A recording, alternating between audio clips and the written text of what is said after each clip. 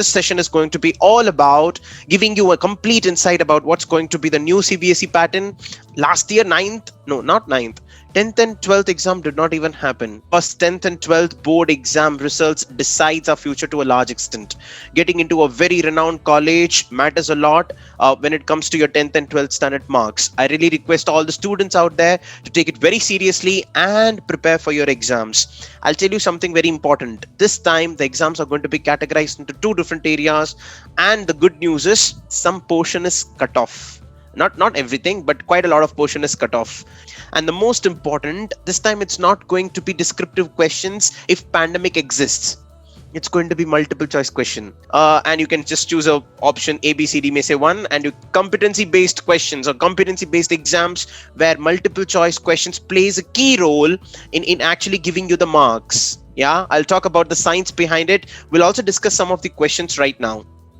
Most importantly, I'm also going to teach a concept in chemistry today. Yeah, do you know that? Yeah, I'm going to talk about how exam questions are going to be. If I ask you a question and there are four options A, B, C, D, you can choose A, B, C, D, one of these. So right now, the first thing that I wanted to talk about is with respect to the exam pattern. I'll be showing you some slides which will have a clear definition of how it's going to happen. If you want, you can make a note of all these things one by one. The exam that's going to happen for 10th standard or 12th standard for that matter is going to be divided into two major areas called as term 1 and term 2. I repeat it, it's going to be term 1 and term 2. Term 1 is going to happen in the month of November, December 2021. That means this coming year, in another probably 4-5 months, you're going to write your exams. And right after that, one second. The next exam is going to happen in the month of March, April 2022. So the first exam is going to happen right now, term 1, November, December. You have Jan, Feb, March. Just 3 months, not even 3 complete months. You have another exam called as the term 2 exam, March and April 22. You need to be really careful in studying for these exams because the question papers are going to be divided into two major areas. I'll repeat it. The question paper is going to be divided into two major areas. The first one is called as the MCQ. The first one is called as the MCQ test, and the second one is called as the internal marks. First one, MCQ, will carry 40 marks and internals will carry 10 marks. It's just proper 10 marks. But this 10 marks is divided into multiple areas and it's going to play a major role. I'll tell you something, and if the school gets closed, if the board does not conduct the exam, then the school will promote you to the next class only with your internals. All the students have to take internals very seriously this time, because suppose if term 1 and term 2 is not happening properly, suppose third wave has come, fourth wave has come, something has happened and your exams are not happening. Say for example, your internals are going to be considered for your final examination or final board marks. It's going to be really important for you to take your internals very seriously. Now, internals is again classified into 4 major areas. The first one, periodic assessment. If you want, you can make a note of it. The first one, periodic assessment. The second one, multiple assessment. The third one, subject enrichment programs. And the fourth one, portfolios. Do you want to see all these things on the screen? Let me quickly share my screen and show you what exactly I'm talking about. So this is going to be the major pattern this time, and lots of changes are happening, and you're definitely going to like it, because this time it's going to be just not about the textbook content. It's also about how much efforts a student has taken to write their exam. Here we go. I'm going to share the screen. I hope everybody's able to see the question paper pattern. No? Yeah, here you are. You'll be able to see that. So students, watch this very carefully. Here in this case, this is going to be the scheme of exam. Term 1 is going to be of 50 marks and term 2 is also going to be of 50 marks. The term 1, I told you, right? MCQ based board exam, it's going to be 40 marks and internal assessments are going to be 10. So total 50. Suppose if this doesn't happen properly, then this will be considered for your promotion for 9th standard or for 10th standard or for 11th or for 12th. So just be very careful about internal. Now, what do we have to do in internal? Periodic assessments, multiple assessments, subject enrichment marks, and portfolio. Now, every aspect over here has got different weightage. One has got 3, the one 2, 3, again 2, so total 10, but this will be expanded to 100 also. Term 2, again 50 marks, which is going to happen in the month of March, April 2022. Now, mostly, if situation is fine, everybody got vaccinated, it's going to be a theory exam if everything is normal. So if everything is fine, you guys are going to go to the school and write the exam. Suppose if the pandemic is there, you might have to write the MCQ exam back again, which is of 40 marks. Yeah. Again, internal is divided into four major areas, the same: periodic, multiple, subject enrichment, and portfolio. Let's focus that first, and then quickly we will go to the MCQ. So internal assessment is going to be of four types. We saw that. Yeah. Periodic, multiple, portfolio, and subject enrichment activities. Periodic assessments are going to be your unit test or class test, which is regularly conducted by the school for one academic year. That means this year, which started from June, say for example, which will end in March, will have 3 tests for sure, and the best of 2 will be selected according to CBSE. Now it is up to the discretion of the school to take more tests if they would like to. So the purpose of periodic assessment is to assess the learning progress. Today you read about chemical reactions. Tomorrow you'll read about acids, bases, and salts. Are you really ready to go with the next chapter one by one? So it will have combination 1 or 2 chapters, and the test will be conducted. There are 3 tests which is going to be conducted. Best of 2 is going to be selected for your periodic assessment. I think it was for 3 marks. Can you see this? For term 1, it was 3 marks. For this 3 marks, they're going to take the exam in this particular way. Let us go to the next question. Now, next area, multiple assessment. Now, multiple assessment is going to be more oriented towards, your oral activities. So that means, say, for example, today you did something and a teacher is asking you a question about whatever work you have done. The way you present it matters a lot. So it will be like more of a group work, the class discussion. If you have done any field work, made a project, or you designed your own presentation, your website to talk about a certain topic, this is going to happen in the form of multiple assessment. Yeah. So teachers can use multiple techniques. They are like observation, oral test, individual or group work, class discussion, very important. Similarly, as per the demand of the subject and the context, towards the addressing goal of the assessment, quizzes could be conducted, project work could be assigned. The one beautiful thing about multiple assessment is going to be this time that I am part of your class, and if you are my classmate, you're going to judge me and tell me that Vasu, you're not doing a good job, you need to improve over here. Suppose if Arya is my classmate, I talk to Arya and say, Arya, I think that area you're missing out, you need to improve yourself. Now this is called as peer assessment. For the first time, it's going to be like more oriented towards seeing if your friends are doing a good job. So right after multiple assessment, next comes an interesting area called as portfolio. Now, most of the students might know about portfolio as a concept. Portfolio is the place where you represent yourself. So suppose say for example, I'll give you one example. In this case, suppose I have Kapil and I have Dhiran. Kapil and Dhiran are very good friends. Kapil has created his own repository of all his worksheets. He has kept it in a file in a very nice handwriting. Kapil has also made sure that he has written down all those websites to which he has gone and did his research on. Yeah. Now Dhiran on the other side has put everything in the form of a presentation. He has created his own website and he has spoken about what work he has done to learn something. Indirectly, both have written down, or else both have documented some things on the paper related to what work they have done. Now this is called as portfolio.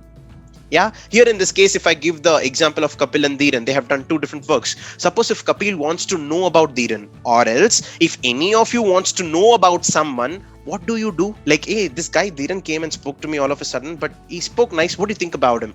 So you start asking such kind of questions. Now that kind of questions will trigger the conversation to talk about someone.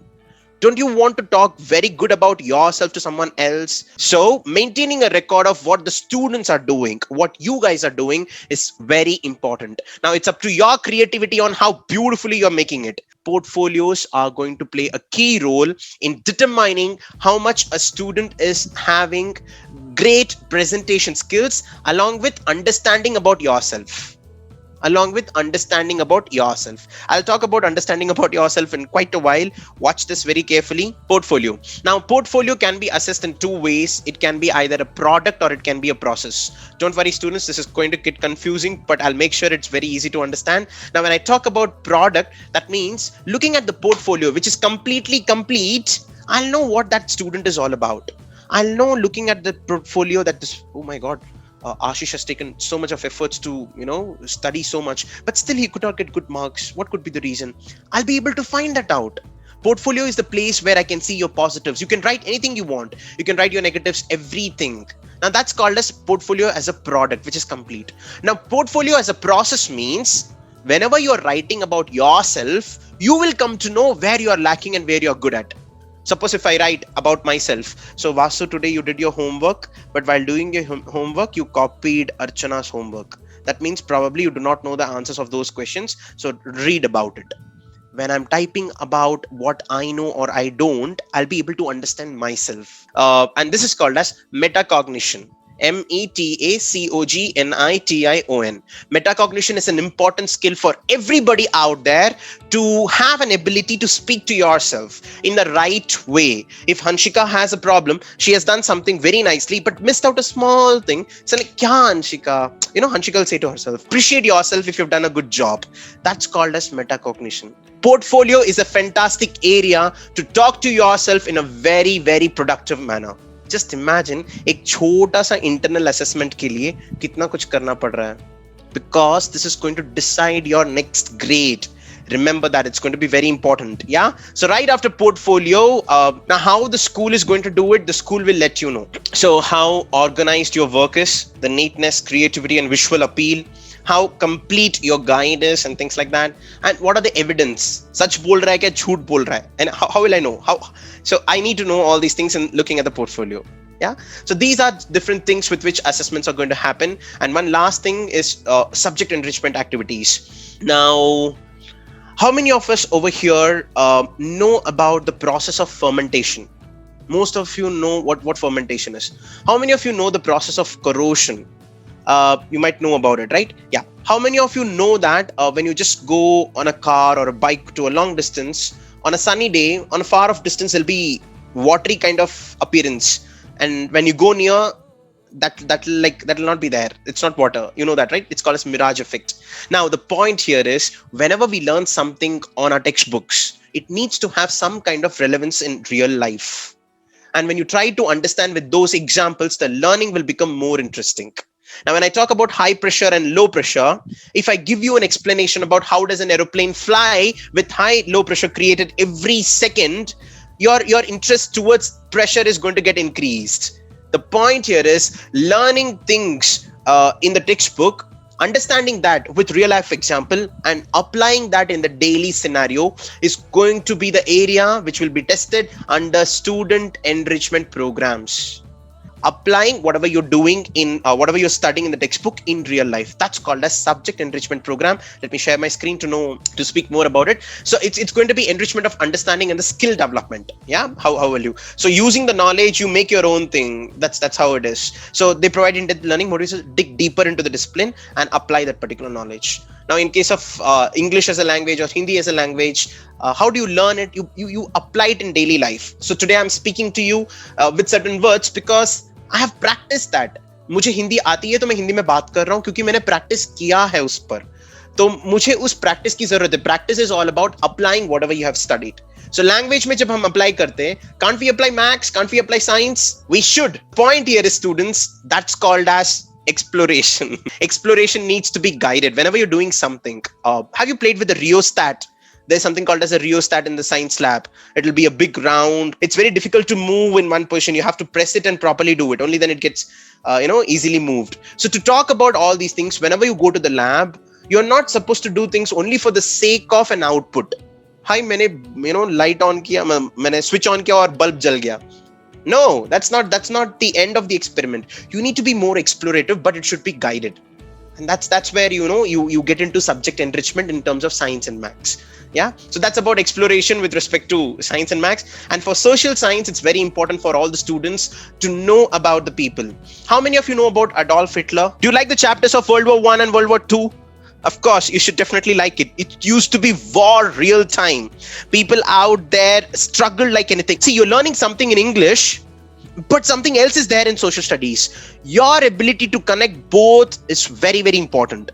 If I find any student out there saying that social studies is quite boring, you are mistaken, guys. It's one of the best subjects that you can ever come across. So much to know about, people around. Indus Valley civilization ho jane do, ya Mohenjo-daro or Harappan culture. That was fascinating. Suppose if you talk about the art and architecture of social studies, when we go to, Mughal dynasty, any monument, it will have tomb-like structures. Yeah, it'll have Arabic or Urdu inscriptions written over there. It'll like arch-like entrances. That's why Taj Mahal is considered to be so majestic. Now, this can happen only when you learn by being there. If a teacher talks about Taj Mahal, open Google Earth and go to Taj Mahal in the form of virtual field trip. I hope everybody's getting the point. This is called as immersive learning. This is something really important for subject enrichment activities. And to do all these things, you have to perform. You have to showcase some evidence in the form of a project work or some kind of a hypothesis, experiment, whatever it is. You have to let your teacher know about it. The teacher might conduct some exams for testing this also. So there are two types of question paper. I'll repeat it. Two types of question paper. One is MCQ based, another is internals. MCQ we still did not discuss. I'm going to discuss right now. Internal is going to be divided into four types. Periodic assessments, which is going to happen yearly three times, and two of the best will be considered. Multiple assessments is going to be project work, oral test, or all those things. It could be regular class tests and subject enrichment programs, to get into the depth of whatever you have learned. It could be anything. You make a working model, it could be subject enrichment program. And finally, the portfolio, which combines all of them, like how much you have taken an effort to write about it.